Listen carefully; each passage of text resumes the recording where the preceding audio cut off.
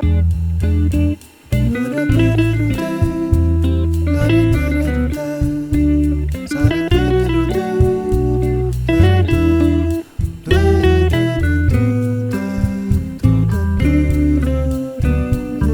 തട്ടുകട ഏകദേശം തൃപ്പൂണിത്തുറ ഹിൽ പാലസിന്റെ നേരെ എതിർവശത്തുള്ള മണിച്ചേട്ടന്റെ തട്ടുകടയിലാണ് ഈ ഒരു ഐറ്റം വിൽക്കുന്നത്. 25 രൂപ മാത്രമേ ഉള്ളൂ ഇവിടെ കപ്പയ്ക്ക് റേറ്റ്. ഒരു പ്ലേറ്റ് കപ്പ കഴിച്ചു കഴിഞ്ഞാൽ തന്നെ നമ്മൾ വയറ് നിറയും. ഏകദേശം 1985 മുതൽ തുടങ്ങിയെന്ന് പറയുമ്പോൾ ഇത്രയും വർഷങ്ങളായി മണിച്ചേട്ടൻ ഇവിടെ ഈ ഒരു ഡിഷസ് കൊടുത്തുകൊണ്ടിരിക്കുകയാണ്. ഇതാണ് ഞാൻ പറഞ്ഞ മണിച്ചേട്ടൻ. 1985 കട തുടങ്ങി ഇപ്പോഴും ഇവിടെ ഒരൊറ്റ ഡിഷും കൊണ്ട് നടക്കുന്ന ആള് അല്ലേ?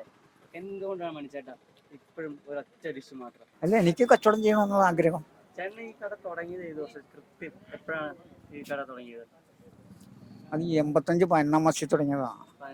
ഇവിടെ അല്ല തുടങ്ങിയത്, ആ മരത്തിന്റെ ചോട്ടിൽ ചെയ്തത്. ആ മരം ഞാൻ പച്ച മരം. ഈ കട വെയിൽ കൊണ്ട് പഴുക്കും. അന്ന് അവിടെ ഒരു മരം വെച്ച് പിടിപ്പിച്ചു. അവിടെ ഒരു മരം നിൽക്കണല്ലേ, ആ മരം ഞാൻ പച്ച മരമാണ്. അതിൻ്റെ ചോട്ടിലാണ്. അപ്പോൾ വെയിൽ മരം വലുതായി എല്ലാം ചൂട് മാറി തുടങ്ങി. ചൂട് മാറി PWD പറഞ്ഞു കടയോടെ വെക്കാൻ പറ്റില്ല, കടയെടുത്ത് മാറ്റണമെന്ന് പറഞ്ഞു. അങ്ങനെ കടയെടുത്ത് മാറ്റി. അപ്പൊ 85 ഈ കട തുടങ്ങിയപ്പോ ചേട്ടൻ എത്ര വയസ്സുണ്ടായിരുന്നു?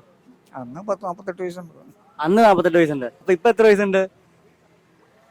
അപ്പോൾ ഇപ്പോഴും ഒന്ന് കണക്കൂട്ടി നോക്കിയേ.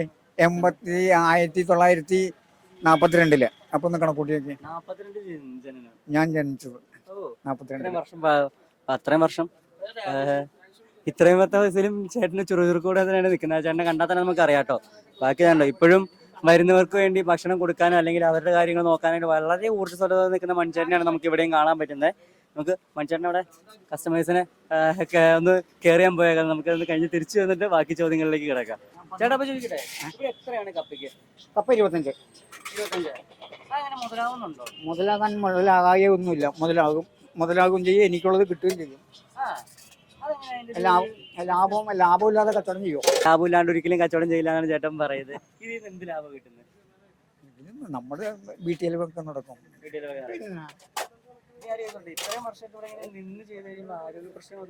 ആരോഗ്യ പ്രശ്നമൊക്കെ ഉണ്ട്. ബ്ലോക്കൊക്കെ വന്നതൊക്കെ ഇങ്ങനെ കിടക്കുക. ബ്ലോക്ക് അങ്ങനെ കിടക്കും. ഗുളിക തീറ്റ ഇങ്ങനെ നടക്കും. ഗുളികയുണ്ട്, 2-3 ഗുളികയുണ്ട് ഒരു ദിവസം. അതങ്ങനെ കിടക്കും, ഇതിങ്ങനെ കിടക്കും, അതങ്ങനെ കിടക്കും. മെഡിക്കൽ ഡ്രസ്സിലെ മരുന്നിലാണ് ഞാൻ നിൽക്കുന്നത്. കച്ചവടം ചെയ്യാൻ പാടില്ല എന്ന് വീട്ടുകാരും നാട്ടുകാരും എല്ലാം പറഞ്ഞാലും ഈ പ്രായത്തിൽ കച്ചവടം തന്നെയാണ് തൻ്റെ ജീവിതം. അല്ലെങ്കിൽ കച്ചവടം ചെയ്തേ പറ്റൂ. അത് ലാഭം നോക്കിയോ അല്ലെങ്കിൽ ലാഭം നോക്കാതെ ഒന്നുമല്ല, കച്ചവടം ഈസ് കച്ചവടം. അതാണ് മണിച്ചേട്ടൻ്റെ ഒരു ലൈന്. ഇപ്പോൾ വരുന്നവരോട് ഫുഡ് കഴിക്കാൻ വരുന്നവരോട് ഭക്ഷണം കഴിക്കാൻ മാത്രമല്ല, ലോട്ടറിയും കൂടി അതിൻ്റെ ഇടയിൽ കൂടെ കച്ചവടം നട്ടിട്ടാണ് മണിച്ചേട്ടൻ നിൽക്കുന്നത്.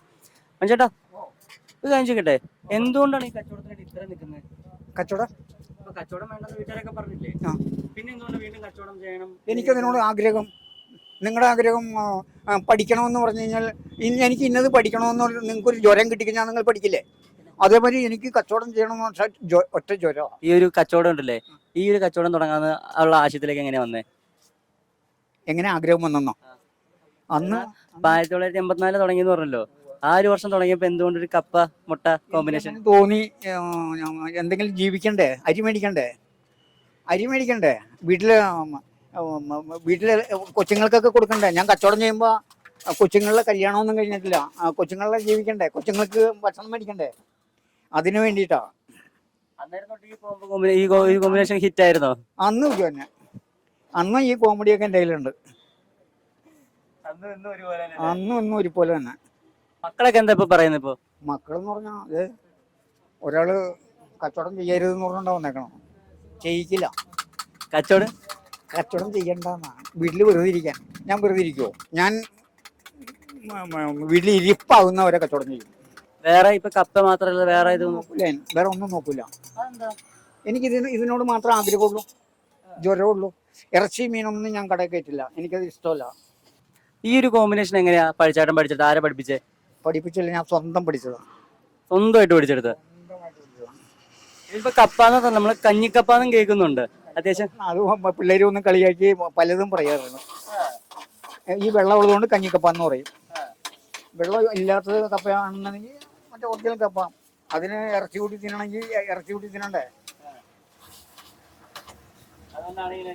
അതെ. ഇതിലൊരു മാറ്റം. കച്ചവടം പുരോഗമിക്കുകയും ചെയ്യില്ല. ഞാൻ ഈ കച്ചവടം തന്നെ ചെയ്യും. വീട്ടിലാരൊക്കെ ഉള്ളത്? ആ വീട്ടില് അത് എൻ്റെ ഒരു കൊച്ചുമോൻ പറഞ്ഞിട്ടുണ്ട്, അവർക്ക് കൊടുക്കട്ടെ. ഓക്കെ ചേട്ടാ, ആരൊക്കെ ഉണ്ട് വീട്ടില്? വീട്ടില് അച്ഛനുണ്ട്, എൻ്റെ അച്ഛനുണ്ട്. പുള്ളിക്ക് 2 മക്കളാണ്, ഒരാണും ഒരു പെണ്ണും. അപ്പം അങ്ങനെ 2 പേരുണ്ട്. പിന്നെ ഞങ്ങൾ ഫാമിലിയും കാര്യങ്ങളും. നിങ്ങൾ പറഞ്ഞല്ലേ ഇപ്പൊ മണിച്ചേട്ടൻ പറഞ്ഞു വീട്ടുകാര് കച്ചവടം ചെയ്യണ്ടെന്ന് പറഞ്ഞു. എന്താ ഇനി കച്ചവടം ചെയ്യണ്ടെന്ന് പറഞ്ഞു? അത് പുള്ളിക്ക് ആരോഗ്യപരമായിട്ടും കുറച്ച് ബുദ്ധിമുട്ടുണ്ടായിരുന്നു ഒരിടയ്ക്ക്. അപ്പം അങ്ങനെ ഞങ്ങൾ പറഞ്ഞതാണ്. അപ്പം എല്ലാം നോക്കണമല്ലോ നമ്മൾ. അപ്പം അതുകൊണ്ട് അങ്ങനെ പറഞ്ഞതാണ്. പക്ഷെ പറഞ്ഞാൽ കേൾക്കുന്നില്ല അല്ലേ? പറഞ്ഞാൽ കേൾക്കുന്നില്ല. ഇപ്പൊ സപ്പോർട്ടാണ്. ഇപ്പം സപ്പോർട്ടാണ്, കാരണം സപ്പോർട്ട് ചെയ്യാണ്ട് പറ്റില്ല. ഇപ്പൊ ഇടയ്ക്ക് സഹായത്തിനൊക്കെ വന്ന് നിൽക്കാറുണ്ടോ? ഉണ്ട് ഉണ്ട്. ഇപ്പൊ ഞങ്ങൾക്ക് സെംബ്രേക്ക് ആയ കാരണം ഞാൻ വരുന്ന നിൽക്കുന്നുണ്ട്. അല്ല അപ്പൊ പുള്ളി ഒറ്റയ്ക്ക് ചെയ്തോളൂ. പുള്ളിക്ക് അതാണ് ഇഷ്ടം, ഒറ്റയ്ക്ക് നിന്നാണ് ഇഷ്ടം. അപ്പൊ നമ്മളിപ്പോ കണ്ട മണിച്ചേട്ടൻ എന്ന് പറഞ്ഞൊരു അപൂർവ വ്യക്തിനെയാണ്. കാരണം ആരോഗ്യം ഉള്ളിടത്തോളം കാലം ഈ ഒരു ഒറ്റ ഡിഷ്, ലാഭവും വേണ്ട നഷ്ടവും വേണ്ട, തനിക്ക് അധ്വാനിച്ചാൽ മതി അല്ലെങ്കിൽ തന്റെ തൊഴിൽ ചെയ്താൽ മാത്രം മതി എന്ന് പറഞ്ഞ് നടക്കുന്ന ഒരു അപൂർവ വ്യക്തിനെയാണ് നമ്മളിവിടെ കാണാൻ സാധിച്ചത്. നമുക്ക് ചേട്ടന്റെ ഡിഷ് എന്തായാലും ട്രൈ ചെയ്ത് നോക്കണം. അപാര ടേസ്റ്റ് ആണെന്നാണ് കേൾവി. നമ്മൾ എന്തായാലും ട്രൈ